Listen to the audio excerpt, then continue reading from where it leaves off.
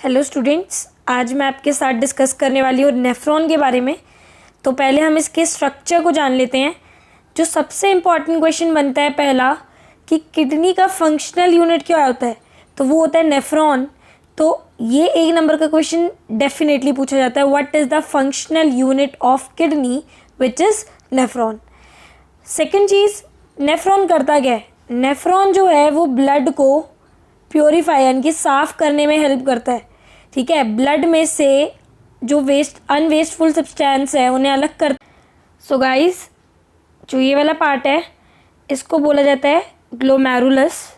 ठीक है, and this part is known as what, PCT, proximal convoluted tubule. What is this? This is DCT, distal convoluted tubules. और ये जो आपको दिख रही है लूप ऑफ हीनल, ठीक है, तो इसको बोला जाता है हीनल्स लूप। तो इनके बारे में हम अब समझेंगे कि किस तरीके से ये पूरा जो है इसके पार्ट वर्क करते हैं। तो जो ब्लड कैपिलरीज होती हैं वो यहाँ पर ग्लोमेरुलस में ब्लड को लेके आती है। एक ब्रॉड है और एक क्या होती है, थिन होती है। तो ब्रॉड वाली जो है उसका नाम क्या है, एफेरेंट रीनल आर्टरी, और जो ये पतली वाली है, थिन वाली है, इसको बोलते हैं इफेरेंट रीनल आर्टरी। तो यहाँ पर जो ब्लड का प्रेशर है वो ज़्यादा हो जाएगा, तो बहुत ज़्यादा जो ब्लड के साथ चीज़ें हैं वो फ़िल्टर कर जाएंगी। ठीक है, और फ़िल्टर कौन कौन सी चीज़ें कर जाएंगी, जो ग्लोमेरुलस में फ़िल्ट्रेशन हुई है वो बेसिकली हुई है यूरिया की, सॉल्ट की, ग्लूकोज, शुगर, जो कि बेसिकली ब्लड नहीं चाहेगा कि वो लूज़ करे। तो अब क्या होगा ना कि जैसे जैसे ब्लड आगे बढ़ेगा यहाँ से नीचे की तरफ, तो इधर ऐसे करके, तो यहाँ पर आपको ये दिख रही है इस तरीके से कैपिलरीज, ये नीचे आते आते जो भी ब्लड में चीज़ें आ गई हैं उनको रीअब्जॉर्ब कर लेगा। तो बेसिकली ब्लड में यहाँ पर क्या चीज़ एब्जॉर्ब नहीं होती है, एक नंबर का क्वेश्चन ये आता है।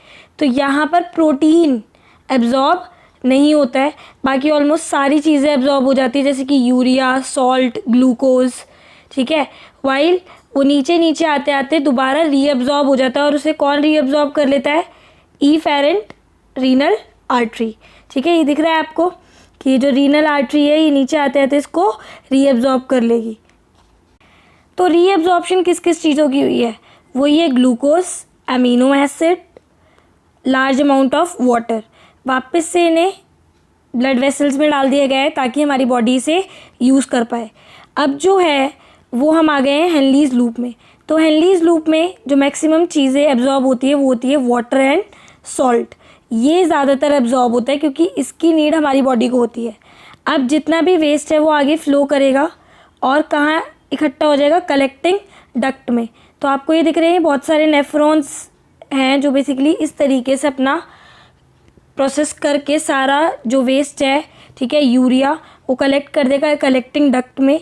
देन हमने पढ़ा था कि जो यूरेटर है, ठीक है, वो यूरिनरी ब्लैडर में सब कुछ कलेक्ट करके देन हमारा जो वेस्ट है वो एक्सक्रीट हो जाता है। तो ये सारा प्रोसेस था किसका, नेफ्रॉन का। तो गाइस एक बार हम इसको दोबारा से देख लेते हैं। तो क्या हुआ कि रीनल आर्टरी जो है यहाँ से क्या लेके आई, ब्लड को लेके आई, उसका प्रेशर बहुत ज़्यादा था। ठीक है, इस वजह से बहुत सारी चीज़ें यहाँ पर फ़िल्टर कर गई। ठीक है, कौन सी चीज़ फ़िल्टर नहीं करती है, प्रोटीन। अब जैसे जैसे वो आगे बढ़ा तो यहाँ पर दोबारा उसकी रीअब्जॉर्प्शन हुई, और रीअब्जॉर्प्शन किस किस चीज़ों की हुई, ग्लूकोज, अमीनो एसिड, ठीक है, large amount of water. Then Henle's loop जो है वहाँ पर वाटर और सॉल्ट की होती है। ठीक है, I will show you where, इधर यहाँ पर एब्जॉर्ब होता है वाटर एंड सॉल्ट। देन जितना भी वेस्ट है, यूरिया है, वो इधर से कलेक्ट हो जाता है कलेक्टिंग डक्ट में। ऐसे ही प्रोसेस सारे नेफ्रॉन करते हैं, और ये सारा फंक्शन था नेफ्रॉन का।